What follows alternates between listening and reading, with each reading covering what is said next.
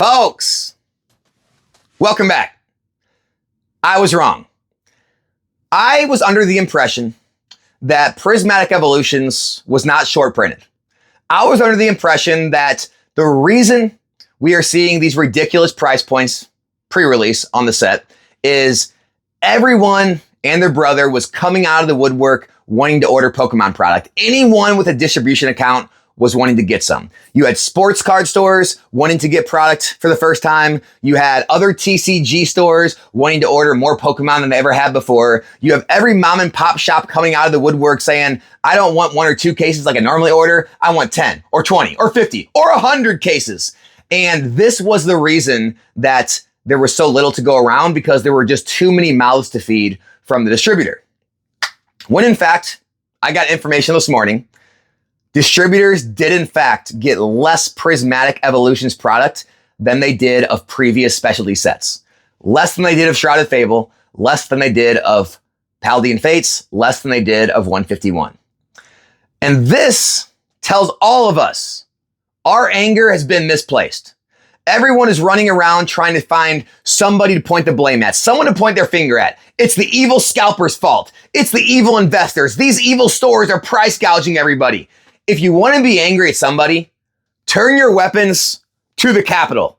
Turn your weapons to Pokemon. They're the ones creating this, guys. Okay? It's no one else's fault except Pokemon's. If they wanted to print this set into the absolute ground and give every store exactly what they ordered, give every store their 100 cases they ordered, guess what? This product would be widely available. You'd be able to find it everywhere. It'd be very cheap, which would get rid of all the scalpers, because if the scalpers can't make a good margin, they're going to go away. Okay. All the players would be able to get their cheap cards. All the collectors would be able to open their cheap packs.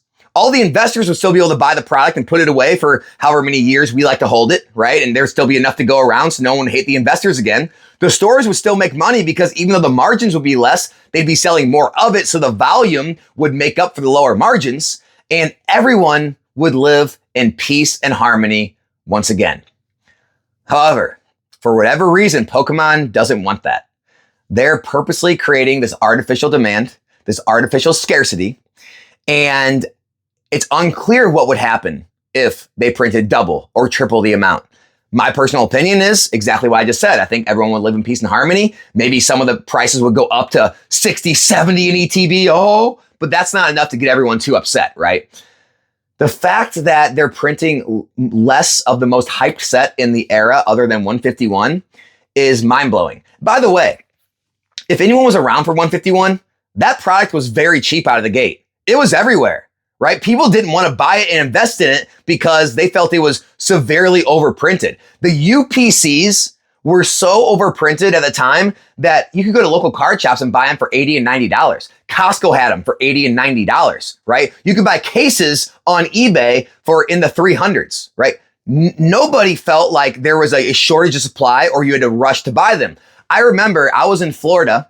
Me and my wife were literally at Disney World getting on the Star Wars ride, and I was getting, blown up with emails of everyone telling me, hey, 151 is available on Pokemon Center. And there was no rush. I was in line. I was like, yeah, I'm going to buy some PCTBs. I got off the ride. We were in a line for another ride. I'm like, you know what? I should probably buy more of this set. Went and bought more of them. And they sold out relatively fast, but nothing like we're seeing now. They didn't put limits of 2 on them like they did for Prismatic Evolutions or Journey Together. They didn't have the site crash. It didn't sell out in minutes. It was a very nice and easy transaction. I was on my phone. I put in all my information, put my credit card number in. The order went right through. No panic. There was no panic over 151. The product was plentiful. The investors could buy it. The stores had it for cheap. They could sell it, make a margin. The players had it. The pack openers had it. Whatever you want to say, right? And so the fact of the matter is, I understand we're in a different market now. It's more bullish now than it was back then. But printing less product in a more bullish market of as hyped of a set, if not more so right now, it seems that Pokemon is playing around with something. They're pulling some kind of strings, trying to make something happen, trying to almost create this madness and pandemonium to keep their name in the news and everyone talking about it. I don't know what's going on, but I do know one thing. Everyone's anger is misplaced, and we need to stop eating each other's throats. If you want to be at anyone's throats, again, turn your weapons to the capital, turn them to Pokemon. That's what I got to say about that. I also wanted to talk about the reprints coming and also all the price points rising across the board on these sets. So the reprint rumors, okay? Again, I got information this morning. There's no confirmed reprint of Temporal Forces. Anyone making that claim, maybe they just have like really privileged information from like Pokemon themselves because they're not getting it from the distributors, right? There's no confirmed reprint of Temporal Forces right now. It's not saying it won't come. All I'm saying is I don't know who started this rumor or why everyone's talking about it. I'll tell you one thing. I'll be live on Pokemart USA's channel later today, this afternoon. You guys can stop by that live stream. We can ask Eli live on the stream because Eli's got 5 different distributors. He's some of those distributors' largest accounts. He's like up in the top 5 largest spenders of that distributor. If anyone's going to have the information, it's going to be him. Okay. And we can ask him if he's heard anything because I guarantee he hasn't either. So it's nothing more than a rumor as far as I can tell. Surging Sparks is actually a confirmed reprint. We don't know exactly what products we're getting or how much we're getting, if it's going to be a large or a small one, but Surging Sparks is confirmed. There is going to be more Surging Sparks product coming in February. But again, if it's a small reprint, guys, and it gets bundled with other items, or it only goes out to, you know, some of like the pre-release stores or like the higher dollar spenders or whatever it may be, or everyone gets a very small amount, it's not going to affect the price that much. I know everyone hates to hear that, but it may not affect the price that much. And as far as like the early sets go, again, this is all speculation from the people I talk to, but there is a lot of talk that Pokemon's done with the first 4 sets. Scarlet Violet Base, Paldea Evolved, Obsidian Flames, and Paradox Rift. They printed a ton of Paradox Rift. It was sitting at distributors' warehouses for, you know, months and months, couldn't buy it. Distributors actually had to discount Paradox Rift down in the 80s to try to entice stores to take it. And it's very unlikely that Pokemon's going to go back and print those sets. So if you're looking for anything to buy, those may be your safest option in Scarlet Violet because those are the least likely to get a reprint. Now, going forward, right, Temporal Forces, Twilight Masquerade, Stellar Crown, Surging Sparks, those are much more likely to get reprints as well as the specialty sets, 151 still, Paldean Fates, whatever it may be. However, again, there's nothing confirmed. And the other thing is, reprint does not mean price crash. Like, I think people need to like get those 2 words far away from each other in their mind. Reprint does not mean price crash, right? Also, reprint doesn't even always mean booster boxes. Reprint doesn't always mean it's going to be a large one. You may see a very small one. You may see what we saw with Paldea Evolved, a 10-20% price correction, and then 2 weeks later, it's right back up to the same price it was. Obsidian Flames, a 5 or 10% price correction. A week or 2 later, it's right back up to what it was. And then 2 weeks later from there, it's higher again. And so I wouldn't be sitting on your hands, like praying for these massive reprints to come and crash all the prices so you can get in at $100, $110 a box again. Odds are it's not coming. If Pokemon is short printing sets that are the most hyped in the entire era, like Prismatic Evolutions, do you really think they're going to over reprint of the other sets that are already out to crash those prices?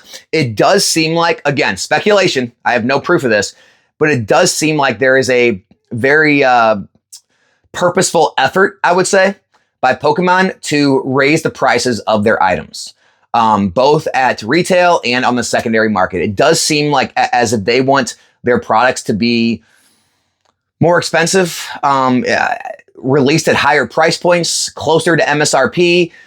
They are keeping the supply low to let it sell out and the prices to appreciate on the secondary market. So that way people are more likely to pay MSRP or higher retail prices on new releases. That's all I can really take from this. Unless, you know, they're truly working around the clock, printing everything 24/7. The print facilities are, you know, working, you know, at max capacity. I personally don't really believe that. We've seen what they've done in the past in previous, you know, kind of boom and bust cycles. We've seen the amount of product that they can dump on the market at one time. And it just seems as if it's still possible, but there's a reason why they're not doing that, which in my opinion, again, evil investor, I get it, evil investor. I think it's a good thing. I don't think it's a good thing to crash the market. I don't think seeing Chilling Rain boxes and Fusion Strike boxes and Battle Styles boxes at $80 is a good thing. I don't think seeing Shining Fates ETBs crash down to in the 30s is a good thing. I also don't think now is a good thing. I don't think $150 ETBs is a good thing. I think there's a middle ground. And in my opinion, I think Pokemon will find that middle ground. It's just going to take some, playing around with, in my opinion. But, I personally don't think we're going to see the days of old. I don't think we're going to see 30 something, 40, low 40s ETBs right now. I don't think we're going to see $90, $100 booster boxes right now. I think we will eventually see them find some sort of like middle ground where maybe booster boxes settle in like the 120, 130 range, or ETBs are somewhere in like the $50 to $60 range. But not anytime soon. Prismatic Evolutions is going to get eaten up like wildfire. I know everyone's worried about the price per pack being too high. Guess what? I've talked about this in my live stream. Every single time I get high dollar price packs on my live streams, my rip and ships, they sell out immediately.